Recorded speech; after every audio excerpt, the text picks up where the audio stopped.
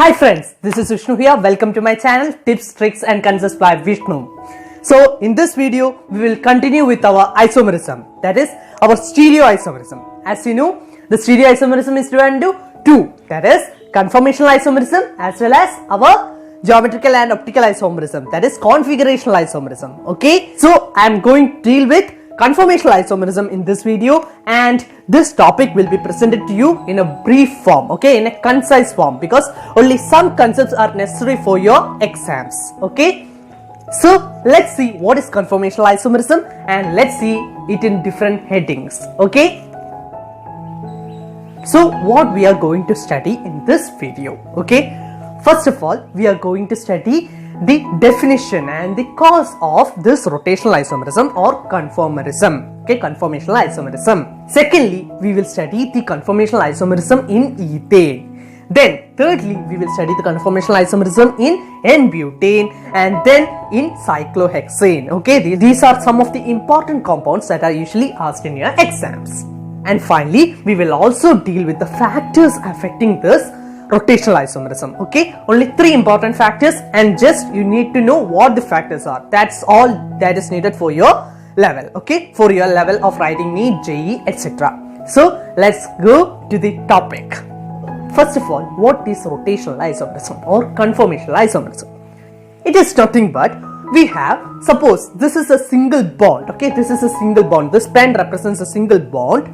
Then the rotation of the carbon atom, and the ends represent two carbon atoms and it has many hydrogen atoms around it, and then the rotation of these atoms around this single bond constitute the conformational isomerism. So we can see that if we consider the backwardly directed carbon atom, okay, the backwardly located carbon atom as a fixed carbon atom and the front carbon atom is rotated, okay, if the front carbon atom is rotated in clockwise or anti-clockwise direction, we can see that there are momentary arrangements of atoms, right? And for each of these momentary arrangements we have different structures too. So we get many isomers, that is configurational isomers of this compound. Okay, that is what is called as conformerism is, or conformational isomerism is, that is rotation around or about a carbon-carbon single bond, okay, against a strain. Okay, there will be some repulsions, that is electron repulsions in between these non-bonded hydrogen atoms too, and against this strain, okay, against this strain which is called as torsional strain, which I will mention later, the rotation is taking place. So this is called as configurational isomerism, rotation about a carbon-carbon single bond. So let's see the two demonstrations, that is two projections of this conformational isomerism of ethane. Okay, so here we have our Sohor's and Newman's projections. Okay, so first of all let's go to our Sohor's projection. What is the Sohor's projection? Here the single bond is taken as the molecular axis and it is shown as a slanting line with the upper end denoted in the carbon atom towards the back side, okay, towards the towards my side, of course. So the carbon atom which is shown towards you is located at the lower end, okay. So the carbon at the lower end refers to the front carbon atom, while the carbon at the upper end refers to the carbon atom at the back. Okay, so that's the representation of our Sohor's projection. Now in the case of our Newman projection, what we see here is that, look at my pen, here it is, okay, this is what you see. So this top, that is the pen top that you see, the carbon in front is represented as a small point, okay, small point, while the carbon at the back is shown as a circle, okay, it's shown as a circle, and the hydrogen atoms or whatever substituents attached to it are shown as such. Okay, the best method to study the conformational isomerism is this Newman's projection. Okay, so I will be using this Newman's projection in my next example, that is my n-butane. Okay, so remember that the carbon atom at the front is denoted by a point and the at the back is shown by a circle. Okay, So firstly, let's take the example of ethane. Okay, the ethane is the important compound which is asked for your exams, and also it is given in your textbook too. Okay, so first of all, let's take the case of ethane. Okay, the simple compound. And if we consider the backwardly located carbon atom as fixed, then rotate the other carbon atom, the friendly located carbon atom, then we can see that we get many conformational isomers. And here two extreme configurational isomers have to be noted, that is staggered as well as eclipsed isomers. So first of all, let's see what is eclipsed isomerism. Okay, here we have a particular arrangement for this carbon atom, backwardly located carbon atom, that is regarding the spatial arrangement of hydrogen atoms bonded to this carbon atom. So in the front, if you rotate it in such a way that the spatial arrangement of these hydrogen atoms also overlap with that of the backwardly located carbon atom, that is the other carbon atom, as shown in the figure. We can see that all of these, that is the distance between each of these non-bonded hydrogen atoms, any of these non-bonded hydrogen atoms will be minimum. Okay, in this case it will be the minimum between any two hydrogen atoms, that is any two non-bonded hydrogen atoms attached to the two carbon atoms. Okay, so from this eclipsed conformation or conformerism, if we rotate the friendly located carbon atom by 60 degree, okay, by 60 degree, you can see that the relative positions of hydrogen atoms of the two carbon atoms becomes far apart, okay, becomes as far as possible. Okay, the same thing happens if it is again rotated by another 120 degree, that is again rotated by totally by 180 degree, again we get a conformational isomerism, that is staggered isomerism. Okay, and hence in these cases what happens here is that the electron clouds of the hydrogen atoms, the respective hydrogen atoms of the two carbon atoms, are far apart. So the repulsion between the two electron clouds will be, between any two electron clouds will be minimum, and hence the staggered form will be more stable and with less energy than that of our eclipsed form, where our electron clouds of the respective hydrogen atoms were at the closest distance. Okay, so I think you understood. That is, the staggered form is more stable than eclipsed form. Why? Because the relative positions of the electron clouds of the two non-bonding hydrogen atoms will be far apart in case of our staggered isomerism. Okay, and any two conformational isomerism means any conformational isomerism, there is many infinite number of conformational isomers by the rotational arrangement of this carbon atoms, that is if you rotate the friendly carbon atom by any single degree or any single radians, you can see that we will get a conformational isomer, and those isomers are called as gauche isomers or skew isomers. Okay, so gauche or skew isomers are anything between these eclipsed and staggered forms. So in this way we will get the staggered and eclipsed form represented in Sohaus projections as here, and then as Newman's projections as here. Now another point which I have to tell you here is that whenever we rotate, it's not very easy. Okay, it's there is a small strain in that rotation around this single bond. Okay, that strain that is felt, okay, that is due to the repulsion between the electron clouds of the non-bonded atoms. Okay, the electron clouds limitations. So that causes a strain called as torsional strain or rotational strain. Okay, and this strain in ethane is often very minimal, that even at room temperature the kinetic energy of the molecules, that is kinetic energy due to the hitting together of the molecules, is enough to overcome that rotational strain, and it can easily exist in our staggered and eclipsed forms. Okay, and what we must know is that since staggered form is the most stable form, it is in maximum abundance. Okay, it is in maximum amount in the atmosphere. Okay, and one more thing, that is the angle by which it is rotated. Okay, the angle between the corresponding non-bonded hydrogen atoms is termed as the dihedral angle, or otherwise called as the torsional angle. That is the angle by which the other non-fixed carbon atom rotates. Okay, that is termed as the torsional angle or dihedral angle with respect to our backwardly located fixed carbon atom. Okay, So on the point of view of our torsional strain, we have our staggered isomer is having the minimum torsional strain, while the eclipsed isomer is having the maximum torsional strain.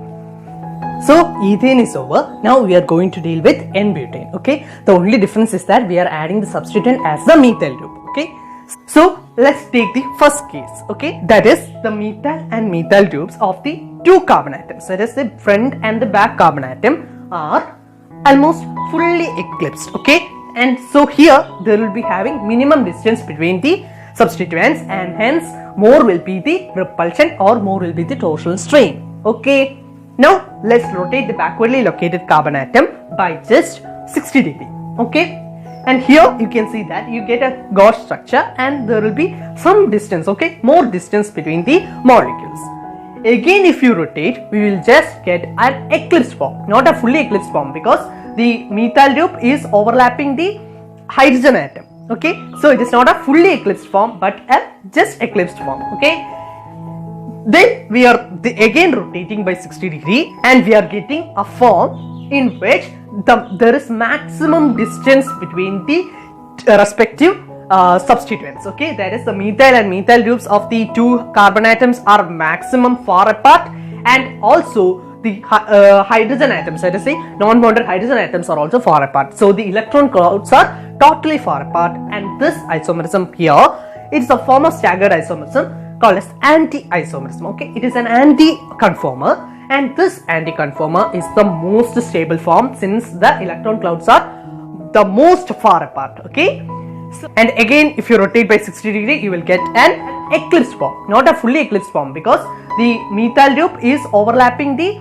hydrogen atom. Okay, so it is not a fully eclipsed form but a just eclipsed form. Okay, then we are again rotating by 60 degree and we are again getting a gauge form. Okay, so this gauge form and the previously rotated gauge form are similar. Okay, and here you can see the stability form as here, that is which is the most one stable, that is anti.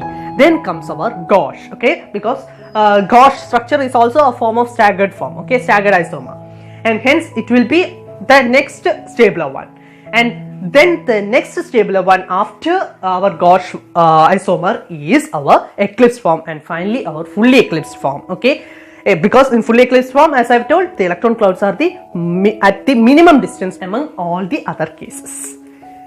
So I told all these to only tell you one thing, that is here anti-isomer is the most stable, which is followed by gauge, which is in turn followed by partially eclipsed form, and which is in turn followed by our fully eclipsed form. Okay, just know what these isomers are, that is what these conformers, anti, gauge, etc. are. Okay, since the concepts have to be understood very clearly, I told all these. Okay, because if you just by heart it as anti less than, gauge less than, partially eclipsed, and if you are given the diagrams instead of the names in your exams, then of course you may not be able to answer.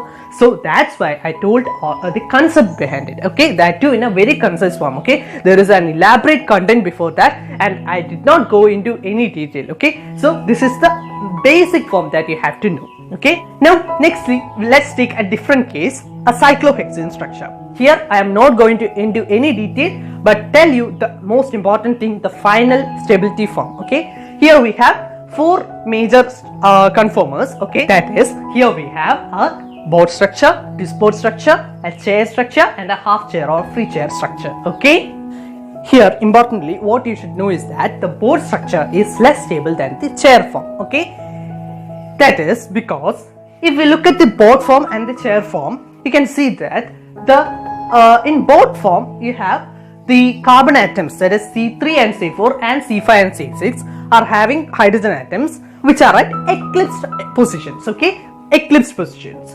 But in case of the chair form, you can see that they are at the more stable staggered positions, and hence our chair form is more stable than our board form.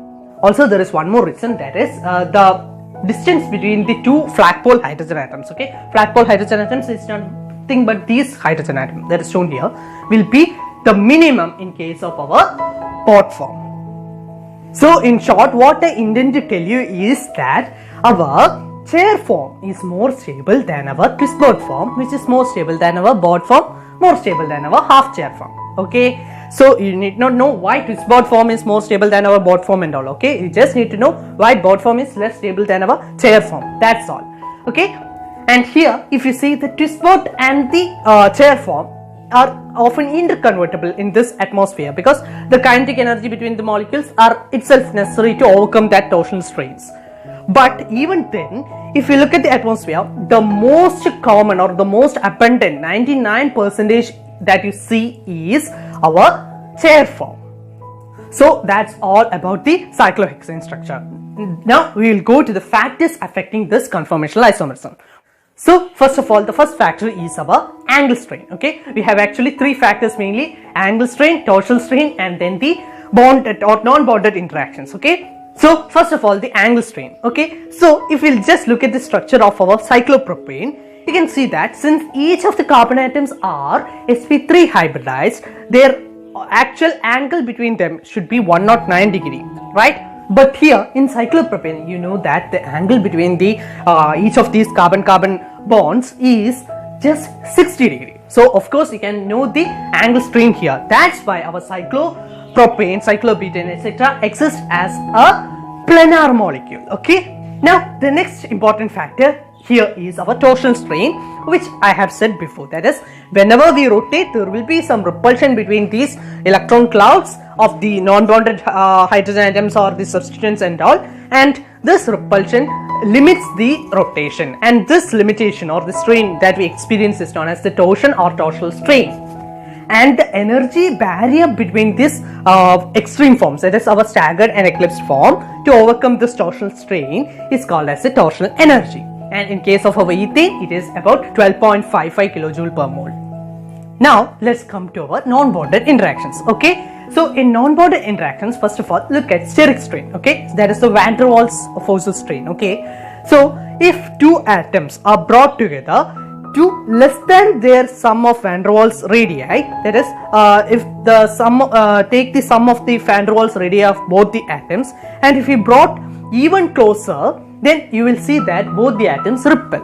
Okay, so this is termed as our steric strain. Okay, and that's why our gauche conformer of n-butane is less stable than our anti-conformer. Now nextly, let's come to our case of our dipole-dipole interaction. So if we take the case of 1,2-dibromobutane, you can see that in the case of our anti-conformer, that is, both the corresponding substituents are at maximum distance. Okay, the bromine and the other bromine of the other carbon atom will be at maximum distance, and hence in this conformer you will see that the dipole moments are in opposite direction and are equal. Okay, and here it will be more stable because the dipole moments are equal and opposite and hence cancel each other.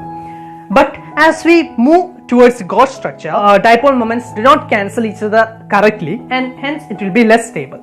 And partially eclipsed, as you can see, it will be even less stable, and the least stable structure will be the fully eclipsed form. This is because in fully eclipsed form, both dipole moments are in the same direction, so it will be the least stable form. And now lastly, we take the case of our ethylene glycol. Okay, and here you can see that there is an exception. Okay, so if you rotate the carbon atoms, you can see that in case of our gauche form, they are at minimum distance and they will form hydrogen bonds, and hence it will be stabilized by hydrogen bonds. Okay, it is a different case. So in that case, there is a slight change in our stability order. That is, usually anti is more stable than our gauche, but here gauche is more stable than our anti. Okay, that is, in anti they are at maximum distance, so there will be of course less torsional strain, steric strain and all, but there will be no hydrogen bonding. But in gauche strain there will be less steric strain of course than the eclipsed forms, but it is having an additional advantage, that is our hydrogen bonding. So the gauche form will be more stable than our anti form. So that's all about your configurational isomerism or conformers or rotamers or rotational isomers, whatever it is. So the ones that is mentioned in your textbook, that is regarding the ethane, cyclohexane, then the Newman and Soho's projections, have all been dealt, and In addition, I have told you about the more common question regarding our n-butane and also the factors affecting the conformational isomerism as 3 important points. Okay, and also I have told an exception of ethylene glycol. So this is the level needed for your exams, and please don't go into any detail, okay, any more details. And if you have any doubts, please feel free to ask me, and my WhatsApp number is given below and also in the description box, and you can message me your doubts and I will give a fast reply as far as possible. I will be back with more such good videos, and bye bye for now. Have a nice day.